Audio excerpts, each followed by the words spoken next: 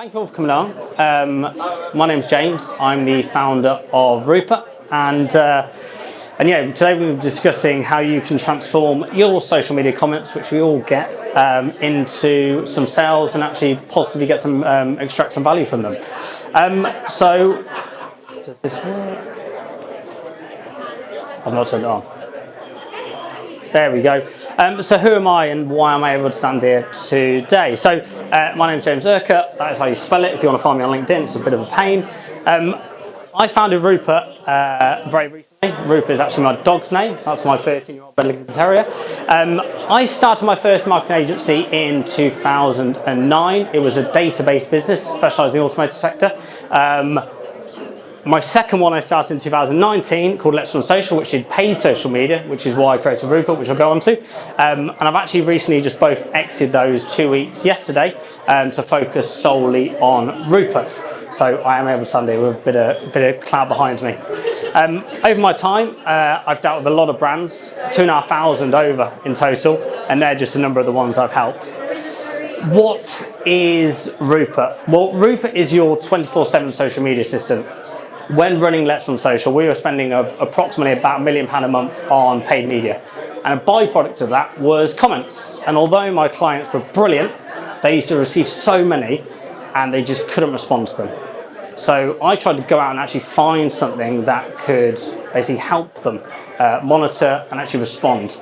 Couldn't find anything. There was a couple of products out there, but they were more bespoke, £80,000 to £100,000, which obviously not everyone can afford. So I decided to go ahead and build it. So for the last 2 years, I've been building Urquhart, and Urquhart is now officially live. So Urquhart does a couple of things. First of all, it brings all your comments into one place. So rather than going, if you're running paid media, into your ad account and trying to find it, it brings it into one place. So it's easy for your teams to simultaneously respond.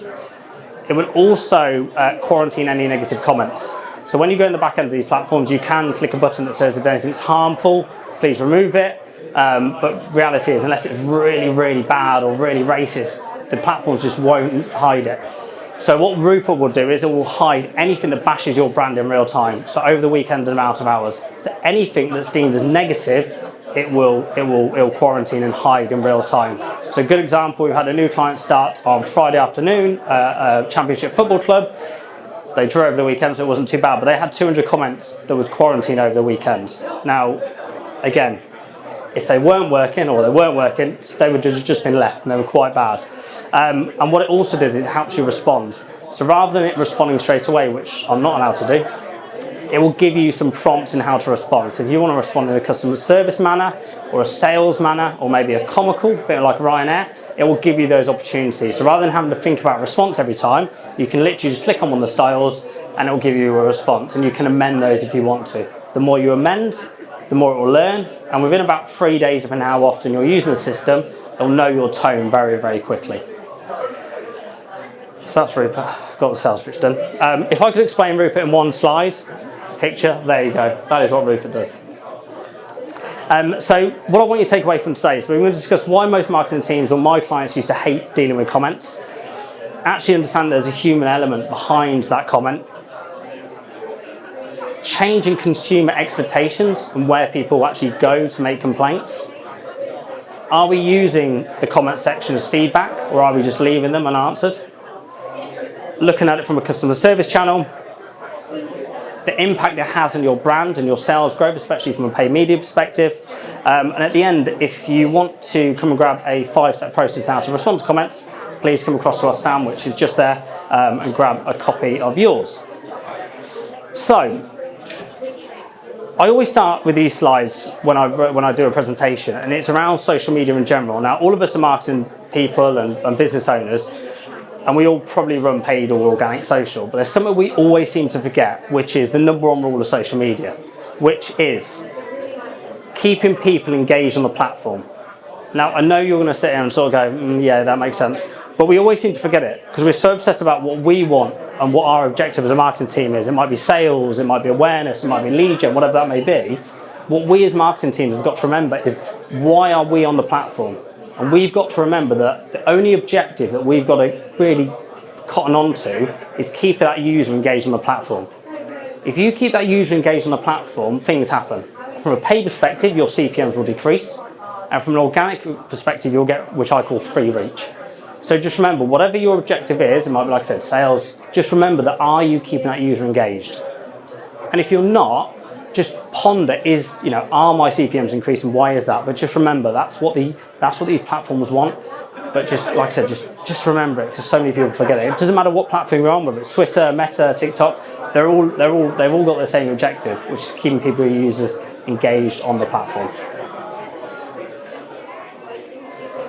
So why most marketing teams hate comments? So, as I mentioned, I had a vast amount of clients that would get so many comments. Emma's Diary being one of those.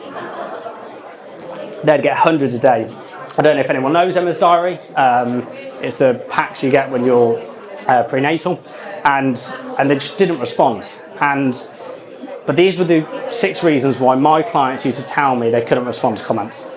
And these are all valid, by the way. So time. James, I just don't have the time, or a team don't have the time to respond, which is fair. You're laughing, so you know where I'm going with this. Negative comments. I don't really want to deal with the negative ones, which is fair. But annoyingly, although there's negative comments in there, they're the ones that we focus on. We're not focused on the ones that generally are asking questions or trying to engage with our brand. Monitoring, we don't have the capacity to monitor 24/7, which, unless we all work 24/7, no one will. Because different people in the team respond, we can't keep the consistency in the brand voice. We don't have the resource or the tools to be able to actually monitor these. And actually, we don't know where to find all the comments, especially, like I said, if you're running paid media, it's really hard to go into the ad account and go into the post and find the comment. It's a very long-winded process. And a lot of the teams that we dealt with would typically give this task to the most junior member of staff, and they didn't want them in the ad account, which I understand. But again, it's just, that's the top 6 reasons we got. And the reality is, the list goes on. There's probably a lot of reasons there that you can probably resonate with. But we do forget with these comments is that there is a human behind here. Like I said, if you forget the bots and the negative traffic, there's probably a lot of a lot of users, customers, prospects that are trying to engage with you, and they're asking genuine questions. It might be about sizing, it might be about delivery times, it might be someone that's actually purchased from you and are trying to get a response in terms of delivery. But we forget that and we just leave them unanswered. And what I love is, we've all come here today. If we went to a coffee shop and asked for a question around a certain coffee, what milks they have, and that barista, that person behind the bar, didn't respond, we'd all leave there going, you rude, we'd have a bad experience. Yet on social, that's okay, and we do it. And it's mad, because if this is a Trustpilot review, we'd be on it straight away. If someone's leaving a bad Trustpilot review, we would be on it absolutely within a second. The whole world would stop, because we need to get onto it. Again, but on social, it's fine. But a lot of them are authentic. Like I said, a lot of these are genuinely, and I've got some examples later where people are asking questions of just where their order is or customers, whatever they may be. But again, we just sort of forget those more positive and genuine comments. And what we've got to remember is they are just craving engagement. So a lot of these people that are asking questions, they are just craving engagement from brands. And, when you look at Huel, which we'll go into in a second, these people are just asking genuine questions. So some of the questions are nonsense. They just want that engagement. But again, if we're going back to that number rule, which is keeping people, users engaged on the platform, we need to respond to them to get them back on and responding to you. And the significance of the comment section, like I said, is not only are those questions being answered, are we using it to understand how we're being perceived online? So we as marketing departments, we've probably all heard this before, we don't know what content to create when it comes to social. I hear it all the time. But actually, if we're using the comment section to reverse engineer what actually people are interested in, it's going to make our lives a lot easier. So when was the last time any of us really sat down, went through all our comments and goes, okay, right, well, these are the questions they're asking, this is what they're interested in, let's create more of that. And similarly, if people are really engaging with certain type of content, if they're getting more likes, more shares, more follows because of that one piece of content, why not create more of that? But we probably don't analyse it to that degree. And again, concerns. If we're e-commerce brands and people are always asking where our delivery is, or they've got certain questions about certain products, again, that's a concern that someone's got before they make a purchase with you. Again, reverse engineer that and create content that's going to answer their question before they ask it. This seems really simple, so I don't want to tell you all those eggs, but again, this is stuff that we don't do. And again, that engagement piece, if you're getting content that's getting loads of engagement, weirdly, do more of that. It's really strange. Literally, all your answers will be within your comments and your socials already. And I've got some examples. Oh no, I've just gone ahead. Yes, I've got some examples. So when doing this presentation, I'll be really candid. I was trying to catch you all out because they are the poster boys, aren't they, at the moment with Bartlett.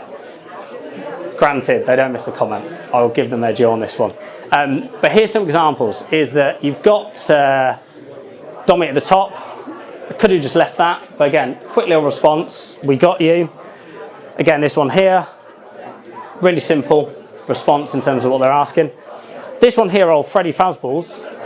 He's trying to ask why Lucozade is a different cost than a Huel product. Now, I think most of us know that the difference between what a Huel drink and a Lucozade is different products altogether. Could have left or just hidden it because it's obscene, really. But again, they've gone back to him. They've engaged the user, which is why you've seen the brand growth, especially online for Huel. And then this is another brand that we all know. They don't respond to any. Now, granted, this brand gets an absolute ton of comments.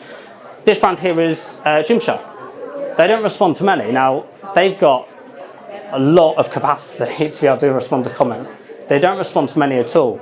But again, if you look at the difference with some of these comments here versus Huel responds to every single one, whereas someone like Gymshark can't, which is really, really interesting.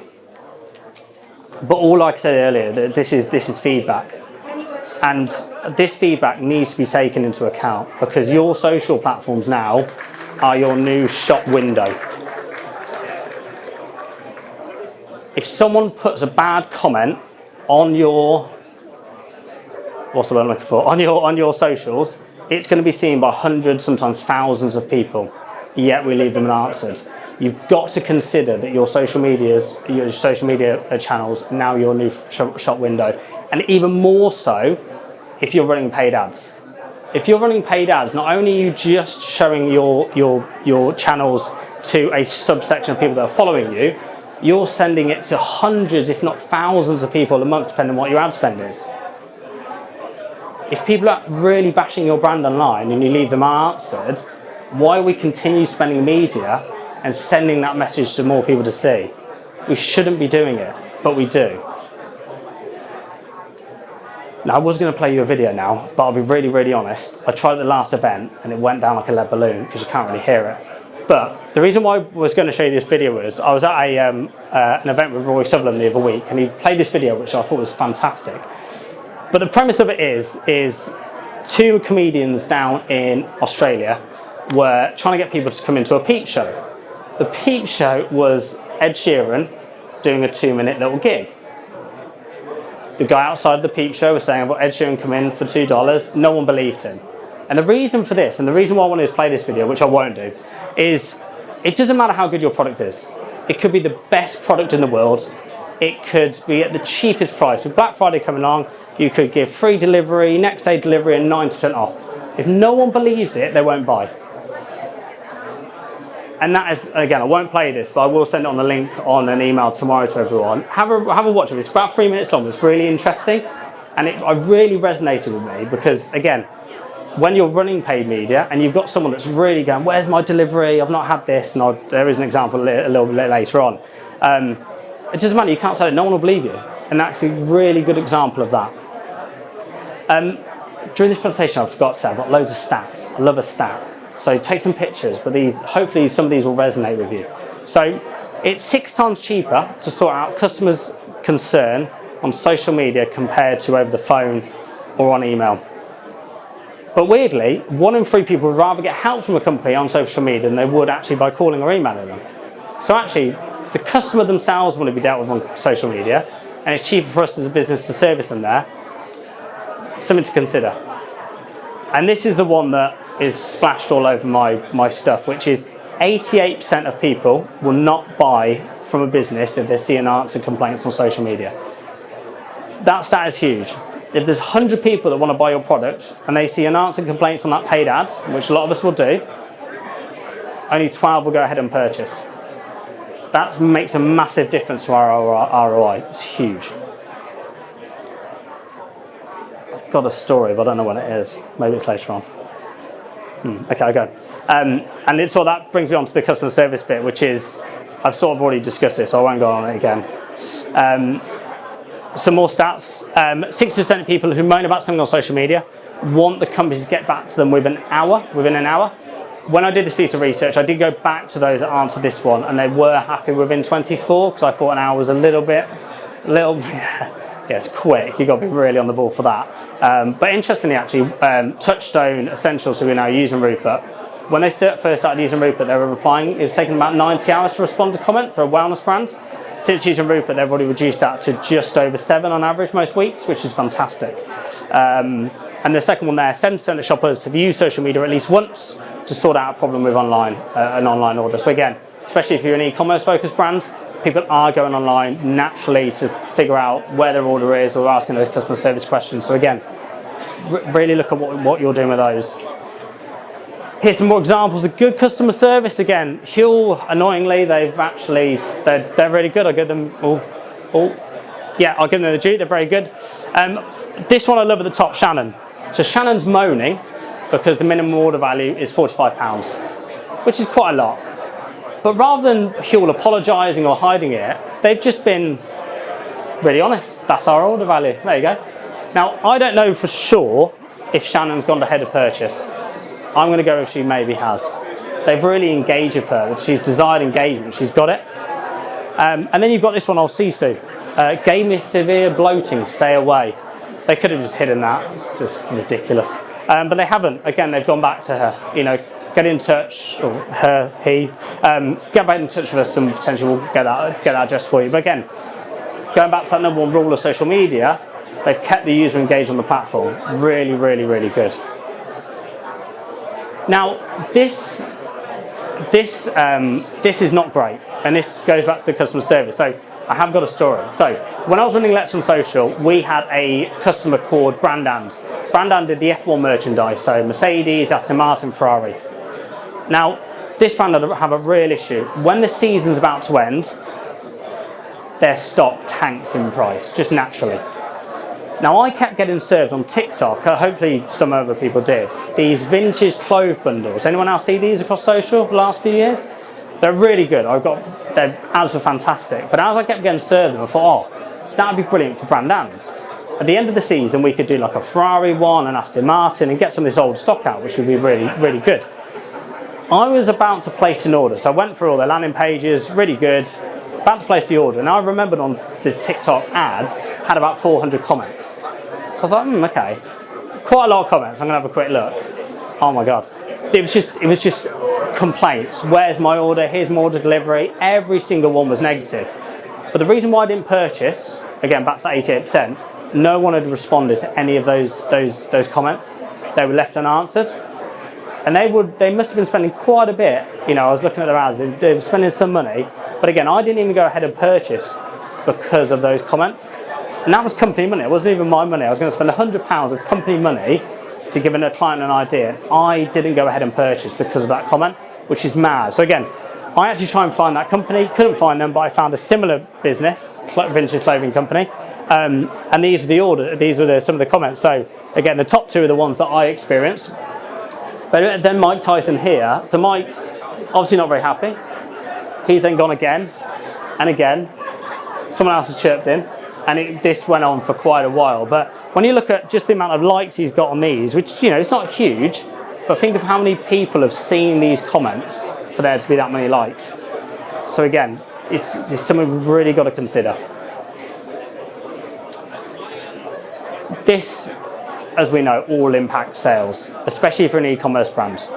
If you're not responding to comments, it will do two things. It's going to impact the sales, and it's going to definitely impact your brand growth, especially from an organic perspective. That free growth that you're getting to keep people engaged, you know, that will dwindle.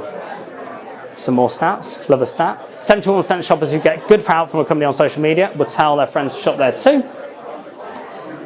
And 40% more spent with a business that chat and responds to customers on social media. So if you look back at Huel and Shannon, They've engaged with Shannon. Will she go ahead and purchase? None of us know. I think she may have. That one for me is huge, especially again for those in the e-commerce world. If your average order value is £100 and that increases even 15%, it moves the need a little bit. But if you're doing 100, 200 orders a day or a week, over the year that moves the needle massively. So you're not going to see that impact straight away. But again, you move the needle a little bit, it makes a massive, massive, massive difference. And if you're not doing this, when you do hopefully go away and actually start looking at this comment section and start engaging more, actually see what impact it has on your business and on your brand growth. So it might be how many leads we get in, what impressions you'll get in, what your average order value is, the volume of orders. Obviously, we're going into Q4 now, so we're going into Black Friday territory. But again, start seeing, if you start seeing what the impact it has. Don't just look at the positive ones, look at the negative ones and respond to these, like we see with fuel. And I have got a little question to ask you. Who here has a marketing strategy for the year? Everyone, put your hand up if you have. Yeah. Does anyone there have the comment section within that marketing strategy, genuinely, honestly?